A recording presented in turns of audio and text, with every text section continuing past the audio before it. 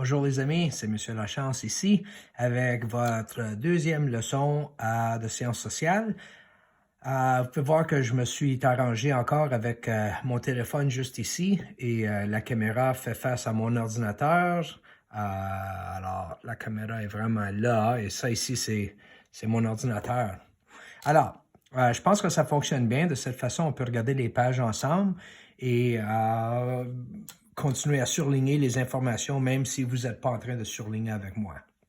Alors, la première classe qu'on a fait au début de la semaine, c'était sur le concept de l'histoire. C'est quoi l'histoire? Alors, un rappel pour vous, un petit rappel, si j'étais pour vous demander, pouvez-vous me donner une définition de l'histoire comme sujet? C'est pas de la mathématique, on peut expliquer ça c'est quoi les sciences, c'est quoi exactement l'histoire?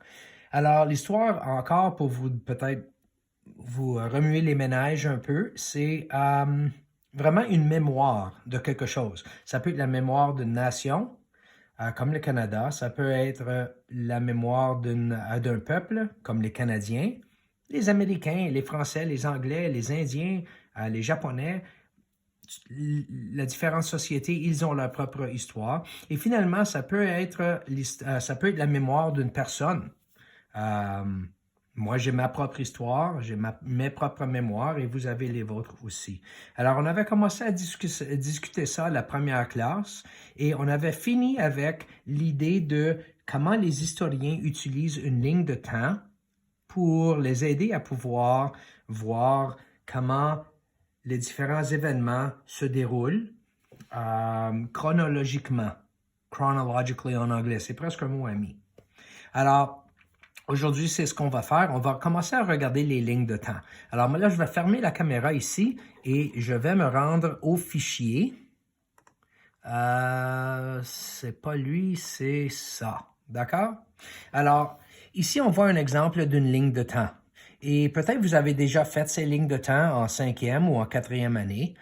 Celle-ci est basée sur l'histoire du Canada et comment elle s'est déroulée. Et on peut voir que, là, je vais utiliser mon souligneur.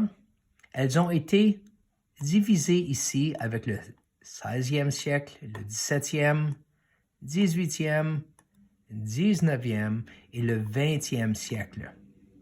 Alors, ici, ce qu'on voit, on a des dates très spécifiques sur notre ligne de temps. En haut ici. En bas ici, c'est divisé en siècles. Un siècle en anglais, c'est a century. Quand on parle du 16e siècle, the 16th century, on parle toujours de les années 1500. D'accord? Alors, si je parle du 17e siècle, the 17th century, je parle de les 1600, the 1600s. Alors, ça, c'est toujours le numéro du siècle dans lequel on cherche à atteindre. Mon siècle à moi. Monsieur Lachance, je suis né dans le 20e siècle. D'accord? Alors, moi, c'est à 1970. So, I'm born in 1970. I am working inside the 20th century. Vous, les amis, vous avez été nés dans le 21e siècle. Alors, c'est les années 2000. You were born in the 2000s, so once we hit 2000, we started working towards the 21st century. Alors, vous êtes nés dans le 21e siècle. D'accord? Alors, le mois, ici, ça pourrait être vous, parce que c'est le début du 21e siècle. Vous voyez que c'est la fin du 20e. Alors, ça ici, c'est l'histoire du Canada, mis sur une ligne de temps pour vous. Ça commence ici avec Christophe Colomb, qui découvre la République dominicaine en 1492. Et c'est à ce point-ci que tout à coup, le monde se rend compte qu'il y a des terres sur l'autre côté de l'océan. Vous n'allez pas arriver au bord et tomber en bas de la planète. The world is not flat, the world is round. On le sait ça maintenant. C'est Christophe Colomb en 1492 qui découvre ça. Si on s'avance, on a Jacques Cartier ici, maintenant un autre Français, qui cette fois-ci a été expédié par les Français. C'était les Portugais qui ont payé pour Christophe Colomb à faire son voyage. Jacques Cartier, son voyage est payé par les Français. Et il est important dans l'histoire du Canada parce qu'il a découvert l'embouchure du fleuve Saint-Laurent. The opening, l'embouchure. D'accord, du fleuve Saint-Laurent de Saint-Lawrence. Et ça ici, ça nous permet encore à commencer à explorer le Canada. N'oubliez pas qu'il essayait de chercher le chemin pour les Indes. Alors, ils pensaient qu'en rentrant par le fleuve Saint-Laurent, ils pourraient se rendre aux Indes parce qu'ils n'avaient aucune idée qu'il y avait tellement de terre ici en Amérique du Nord. Ça prend toute place dans le 16e siècle. Et le 16e siècle a été nommé l'époque des explorateurs. Alors, époque, on voit le mot ici, époque, c'est peut-être un nouveau mot pour vous. Du nouveau vocabulaire, époque, c'est en anglais era. Alors, si on le regarde, c'est l'époque des explorateurs. En anglais, ça serait the exploration era. The time when the explorers started making their way west to keep figuring out what these new lands were in North America. C'est le temps des explorateurs. Ici, on voit qu'on commence le 17e siècle. Ça, c'est les fondations de la Nouvelle-France. Ça, c'est l'époque The Foundation of New France. C'est le commencement de qu'est-ce qu'on connaît comme le Canada aujourd'hui. Et ça commence ici en 1608. Il y avait un homme qui avait été envoyé encore par la France. Son nom, c'était Samuel de Champlain.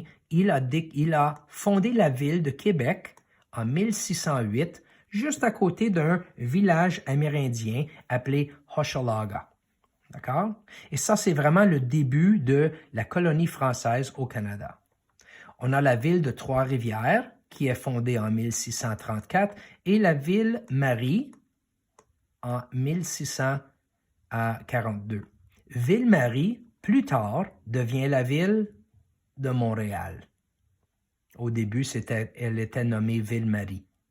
Ce sont 3 événements qui prennent place au 17e siècle. Maintenant, en regardant le 18e siècle, c'est la conquête et la fin de la Nouvelle-France. D'accord? Cette époque, c'est où on voit beaucoup de batailles, des guerres entre les Français et les Anglais en Europe. Et ces guerres se transforment et se transportent ici aussi en Amérique du Nord. Parce qu'on avait les Anglais dans qu'est-ce que est aujourd'hui les États-Unis. Et au nord, c'était les Français dans le Canada. Alors, en 1660, on a la capitulation de Montréal. That's a big deal. C'est ici où on commence à voir que les Anglais sont en train de gagner la guerre ici. Tranquillement, pas vite, ils sont en train de conquérir la Nouvelle-France. Finalement, ici, on voit la conquête et la fin de la Nouvelle-France. Avec la fin de la guerre en Europe, les Français ont donné le Canada, qui était connu comme la Nouvelle-France, aux Anglais en Angleterre. Et ils ont pris possession. Alors, c'est la fin de la Nouvelle-France. Alors maintenant, c'est l'Angleterre, à partir dans le 18e siècle, qui maintenant contrôle l'Amérique du Nord. On s'avance maintenant au 19e siècle et c'est la naissance du Canada, the era of the birth of Canada, parce qu'on regarde en haut ici et ça dit que c'est l'acte de l'Amérique du Nord britannique. Okay? L'acte de l'Amérique du Nord britannique, nous autres, on connaît ça comme la Confédération. This is Confederation. C'est ici où on voit, en 1867, le début du Canada. On prend le Haut-Canada et le Bas-Canada, Lower Canada, Upper Canada, on les met ensemble et on crée 4 provinces. L'Ontario, la Nouvelle-Écosse, le Québec et le Nouveau-Brunswick. Ça, c'était les 4 provinces qui ont formé le Canada au début, en 1867. Ici, on voit notre époque. D'accord? Alors, ça ici, c'est l'époque moderne, on appelle. En anglais, ils ne l'ont pas mentionné ici, mais en anglais, ça serait the modern era, l'époque moderne. D'accord? C'est le 20e siècle. That's what we have called it. Mais c'est vraiment notre époque, peut-être plutôt la mienne que la vôtre, parce que vous êtes né dans le 21e siècle. Et ici, qu'est-ce qu'ils ont montré? Ça serait, voici, mes grands-parents ont été nés autour de ce temps ici. D'accord? Moi, mes grands-parents, peut-être un petit peu plus ici, parce que je me souviens, ils sont nés de 1910-1914. Mes parents, ils ont été nés ici. Alors, 1945, ça serait peut-être plutôt ici, mais encore, tout le monde est différent. Moi, mes parents sont nés durant la Deuxième Guerre mondiale. Je suis né en 1970, ça serait moi ici, vers la fin du 20e siècle. D'accord? Alors moi, quand on a frappé l'année 2000, j'ai eu 30 ans. Alors on voit comment on peut prendre une ligne du temps identifier des événements spécifiques, briser la ligne de temps en différentes époques. On peut aussi diviser la ligne de temps en années. That would be easier for you guys to break them down into years because you haven't necessarily lived from era to era. D'accord? Époque à époque. Or century to century. Moi, j'ai été chanceux. J'ai vécu les premiers 30 ans de ma vie dans le 20e siècle et le restant de ma vie va être maintenant dans le 21e siècle. Alors, moi et votre papa et votre maman ont vécu dans 2 siècles. You will probably not see the 22nd century. D'accord? Parce que vous allez être vraiment vieux. Alors maintenant, je vais vous demander d'aller voir sur la liste To Do pour le français et vous avez des questions à répondre. C'est pas très difficile. Je vais vous demander aussi de me faire une ligne de temps. Bonjour. Quand vous allez faire votre ligne de temps, c'est très important que vous allez aller du moment où vous êtes né jusqu'à le moment où on se retrouve aujourd'hui, le mois d'avril 2020. Je vais vous me demander de lister 6 événements importants dans votre vie. D'accord? Ça peut être ton âge quand tu as appris à conduire une bicyclette, peut-être quand tu as perdu ta première dent, peut-être quand tu as commencé l'école, peut-être quand tu as gagné le championnat de hockey. Moi, ça m'est égal. Tout le monde va avoir des différents événements sur leur ligne de temps. Si c'est possible, pouvez-vous prendre une photo et la mettre dans le fichier études sociales. So I'll say it in English. You're not going to be doing your social studies work in your French folder on OneNote. You're going to be putting it in your études sociales, social studies folder. D'accord? Alors, c'est très important que vous faites ça pour moi. Comme ça, je vais avoir mon fichier de sciences sociales et mon fichier de français langue seconde. OK, gang? So that's it for now. Very short video today. That's why I've given you a few questions to answer. It won't take you too long. And the only other work for today is to do that timeline. La ligne de temps, je veux, ça va être la deuxième partie du travail aujourd'hui. Faites-moi ça. Ça prend pas trop longtemps. OK? Une belle écriture pour que je puisse lire et comprendre ce que vous avez écrit. D'accord? Alors, j'ai bien hâte à vous revoir. À bientôt, les amis. On se parle bientôt. Bye bye.